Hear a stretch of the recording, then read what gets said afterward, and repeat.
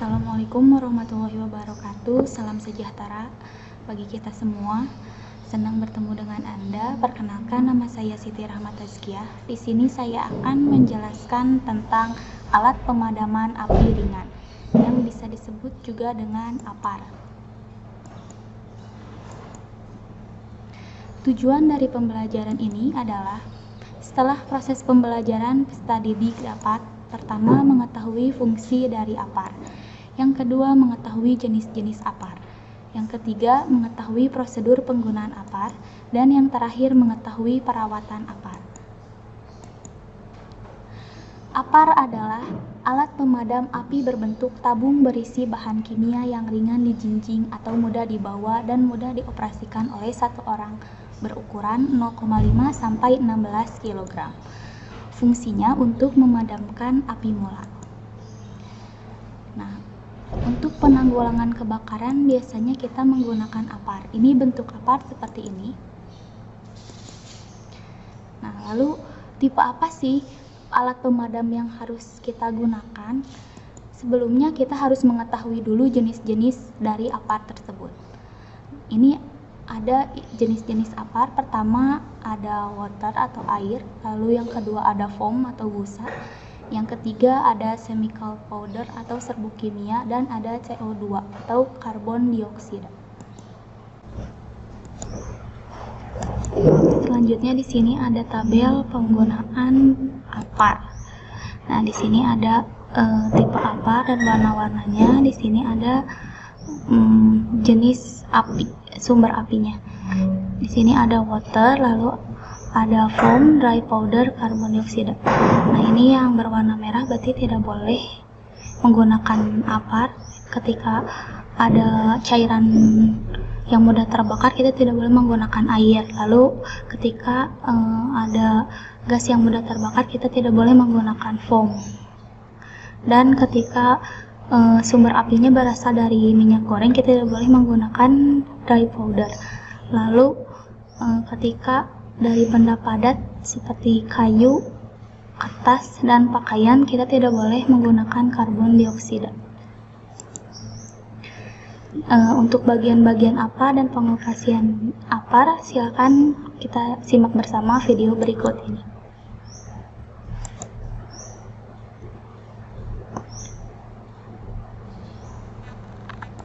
Di RSCM, Kedaruratan Medis, FIM, Gempa Bumi, untuk ancaman bom, dan APAR memiliki beberapa bagian: safety pin atau pin pengaman, lever atau tuas, handle atau pegangan, pressure gauge atau pengukur tekanan, silinder atau tabung, hose atau selang, nozzle atau corong, dan yang terakhir adalah information label atau label informasi mengenai rating APAR, petunjuk penggunaan, klasifikasi, dan tipe. Label informasi menunjukkan bahwa APAR memiliki tipe yang berbeda-beda, yakni water, foam, dry chemicals, carbon dioxide, dan clean agent. Tipe-tipe APAR tersebut harap digunakan untuk memadamkan jenis kebakaran sesuai dengan klasifikasinya. Di sini ada klasifikasi kebakaran atau klasifikasi api seperti yang tadi dijelaskan. Lalu di sini ada tipe APAR.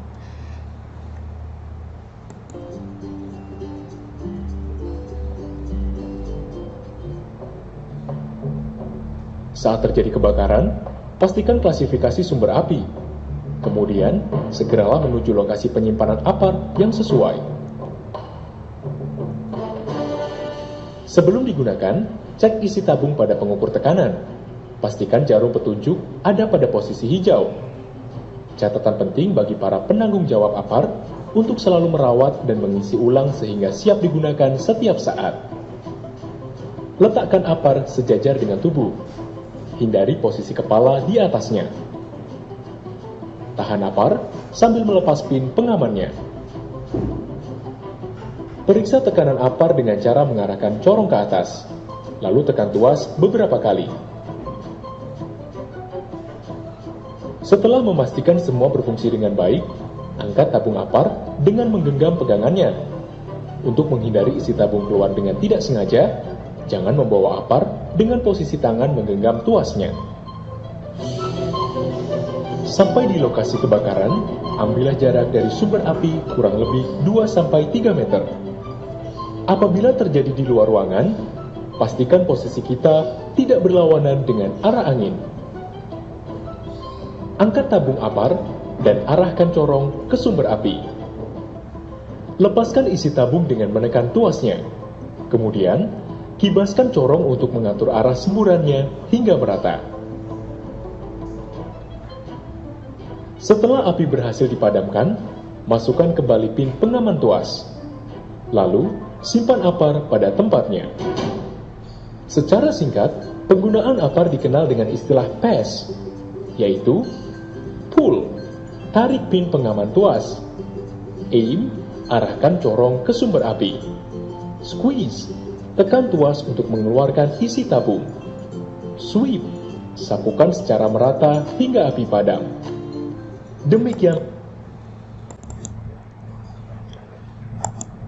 Nah, setelah menyimak video tadi, itulah cara pengoperasian dari apar.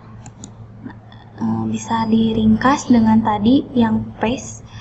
Pertama ada P, yaitu pull the pin atau tarik pin. Yang kedua E, yaitu aim low at the base of flames, arahkan pada dasar sumber api. Lalu S, squeeze the handle, tekan tuas. Dan S yang terakhir yaitu sweep side to side, jadi semprotkan satu sisi ke sisi lainnya. Nah, perawatan apar, kenapa sih apar perlu dirawat? Kita tidak bisa hanya menggunakan saja, tapi kita juga memerlukan perawatan apar tersebut. Perawatannya seperti apa? Pertama, membuka bagian apar. Yang kedua, pemeriksaan bagian apar. Yang ketiga, pembersihan bagian yang kotor. Yang keempat, memasang kembali. Yang kelima, pengisian ulang. Yang keenam, penekanan ulang bila perlu. Yang ketujuh, hydrostatic test. Dan di sini ada perawatan rutin. Perawatan rutinnya yaitu sebuah label dan catatan servis dipakai untuk mencatat tanggal dan para pemeriksa. Yang kedua, segel dan indikator pemutus dipakai dari bahan kawat halus atau plastik yang mudah putus. Yang terakhir ada pemeriksaan rutin. Periksa apakah kelengkapan pada apar ada dan lengkap, seperti kunci pengaman, indikator dis, label, penutup, selang. Dan yang kedua, apakah penunjuk tekanan sudah oke. Yang terakhir, apakah tabung tidak korosi. Nah, kesimpulannya yaitu apar terbagi dari 4 jenis. Pertama, dari water atau air. Yang kedua, foam atau busa. Yang ketiga, chemical powder atau serbuk kimia. Yang ketiga, CO2 atau karbon dioksida. Lalu penggunaan jenis apar harus sesuai dengan klasifikasi kebakarannya. Yang ketiga, lakukan perawatan dan pemeriksaan rutin pada apar. Sekian materi dari saya, semoga bermanfaat. Terima kasih. Assalamualaikum warahmatullahi wabarakatuh.